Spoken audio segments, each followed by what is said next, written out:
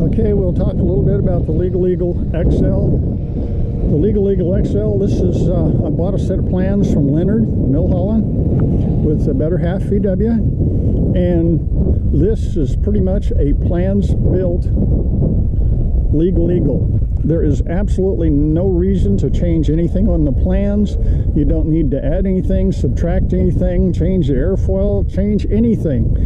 I have over 500 hours on this airplane. I had 450 with the half VW. I've flown out of field elevations that were 6,800 feet, density altitudes above 8,000, and up in Ely, Nevada, I had it up to over 11,000 feet in the air. I've been into short strips, far strips, cross country, crosswinds, flown in all kinds of conditions.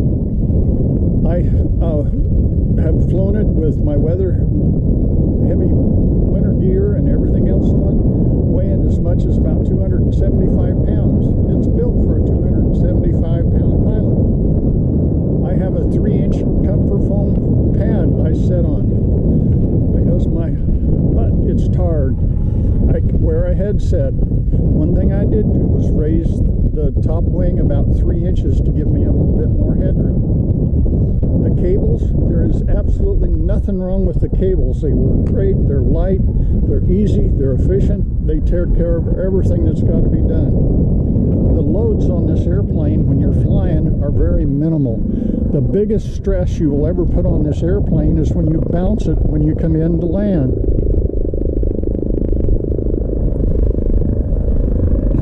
This helicopter out here is a Coast Guard helicopter. They're practicing. One of the things I did is when I got my Black Max wheels, tires, and brakes, as called out on the plans, I started out with the little wheels that come with it. They didn't last very long. And I went to the 6x6. They're typically used on the front of a garden tractor or lawn tractor. And those work great. But at Oshkosh last year, a lot of the guys were running these 806s. So I got a set of those. I run 8 pounds of air pressure. They work great. I've flown it with and without the spring link and the landing gear. With the spring link, adds a little bit of weight, but it sure makes it so much more forgiving when you happen to bounce it. Now, I have my fuel tank in front of me, down low. It's there because I get into places where when you get fuel, there's no ladders. There's no way to get fuel in the top wing. I end up getting into places where they have fuel nozzles the size of rain pipes. And I want to see how much fuel's in there. And when I'm going cross country, sometimes you're getting way down to the end of that tank. I don't want to be guessing how much fuel I got. I can actually reach around and feel the bobber and see how much I got in there. There's nothing wrong with the wing tank. I would highly recommend it. The advantages is you have a lot more head pressure going into your carburetor. And if you're going to be flying mostly around your home airport, they work great. They're got to have a ladder or something to get up to put fuel in them, and that's the only downside. Fuel valves in a nice location, but nothing wrong with those. Now, I've done a lot of things to my airplane to make it easier to take apart and put together for the type of adventure I'm doing at this point in time. One of the things I've done is I've got rid of this bar that goes across here. I put a hinge down here. I take the top bolt loose, I fold those over, put a piece of Velcro around it. It's done. I can take this airplane apart now in about an hour, put it together in about an hour and a half. When I first took it apart and put it together, it took me about 3 hours to take it apart, about 4 hours to put it together. I have made changes to my center section, the way it goes on and off to save time. I've made changes to the tail. Another area I hear a lot about is going around at a sharp angle like this right here. That has over 500 hours on it, and it's barely just a little bit of a ridge. You can just barely feel it right there. I also have dual brakes.